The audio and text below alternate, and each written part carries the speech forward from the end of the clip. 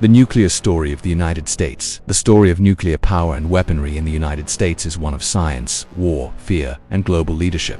It begins with the curiosity of physicists in the early 20th century and evolves into one of the most consequential technological and political developments in human history. From the Manhattan Project to the challenges of modern non-proliferation, the U.S. nuclear story intertwines innovation with moral and strategic dilemmas that continue to shape the world. The birth of nuclear science.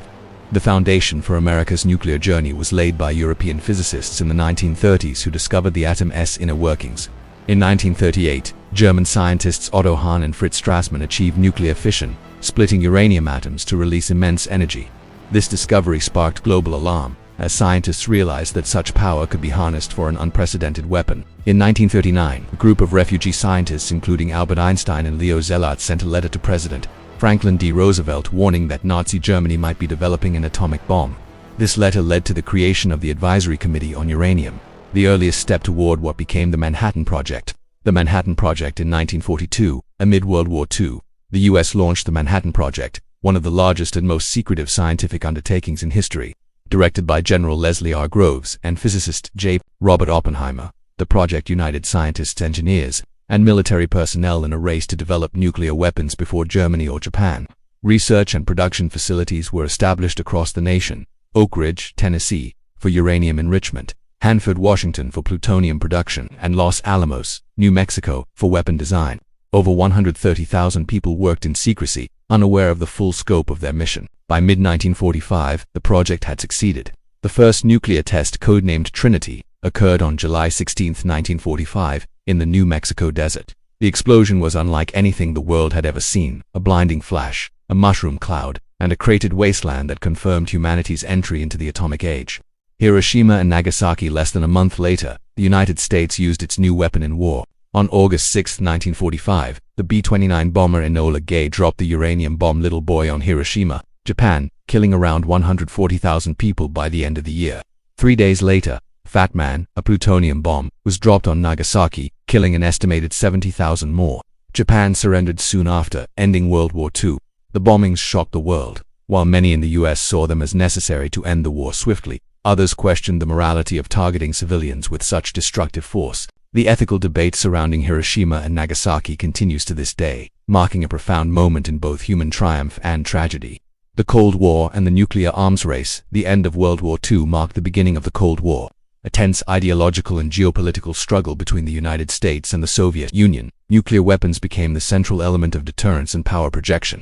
In 1949, the Soviet Union tested its first atomic bomb, ending America's monopoly on nuclear weapons. In response, the U.S. pursued the development of even more powerful weapons. In 1952, it tested the hydrogen bomb, H-bomb, capable of producing explosions hundreds of times stronger than those in Hiroshima and Nagasaki. The Soviets followed suit in 1953, accelerating an arms race that would dominate global politics for decades. This era saw the doctrine of mutually assured destruction emerge, an understanding that any nuclear attack by one superpower would result in total annihilation of both. Ironically, the fear of nuclear war may have prevented it, as both sides realized that victory was impossible in a nuclear conflict. Atoms for peace and civilian nuclear power. While nuclear weapons dominated defense policy, President Dwight D. Eisenhower sought to promote peaceful uses of nuclear energy. His 1953 Atoms for Peace speech before the United Nations proposed sharing nuclear technology for civilian purposes, such as electricity generation and medical research. This initiative led to the creation of the International Atomic Energy Agency (IAEA) and helped develop nuclear power plants across the U.S. in the 1950s and 1960s. Nuclear energy was hailed as a modern miracle: clean, efficient, and futuristic.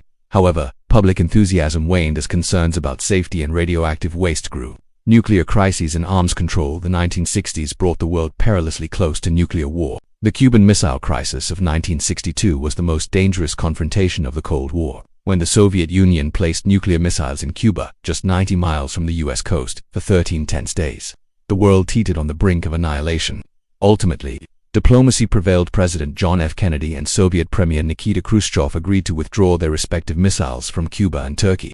The crisis led both nations to pursue arms control measures to reduce the risk of accidental war. Treaties such as the Nuclear Non-Proliferation Treaty (NPT) of 1968, the Strategic Arms Limitation Talks (SALT) and later the Strategic Arms Reduction Treaty sought to cap and eventually reduce the nuclear arsenals of major powers. Accidents, protests, and the energy debate, the optimism surrounding nuclear energy suffered major setbacks.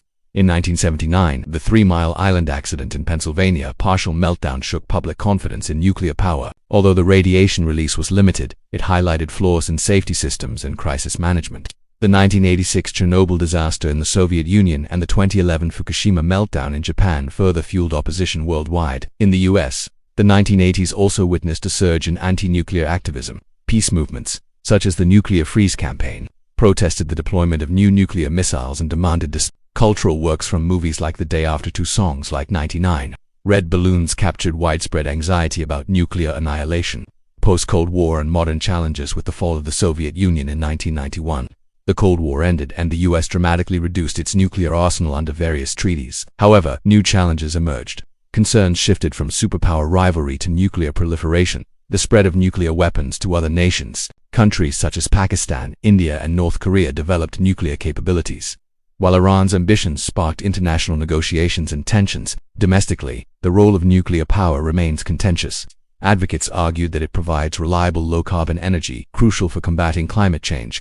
Critics emphasize the risks of accidents, radioactive waste, and high costs. The US continues to invest in modernizing its aging nuclear infrastructure while balancing non-proliferation commitments and environmental goals. The legacy and future of the US nuclear story. The United States nuclear story is one of contradictions, immense destructive power paired with the promise of peaceful progress. It has shaped national identity, military strategy, and global politics for over 8 decades. Nuclear weapons deterred major wars but also created an enduring fear of total destruction.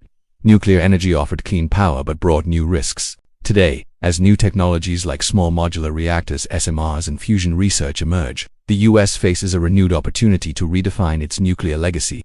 The challenge lies in using nuclear science responsibly, balancing innovation with safety and deterrence with diplomacy.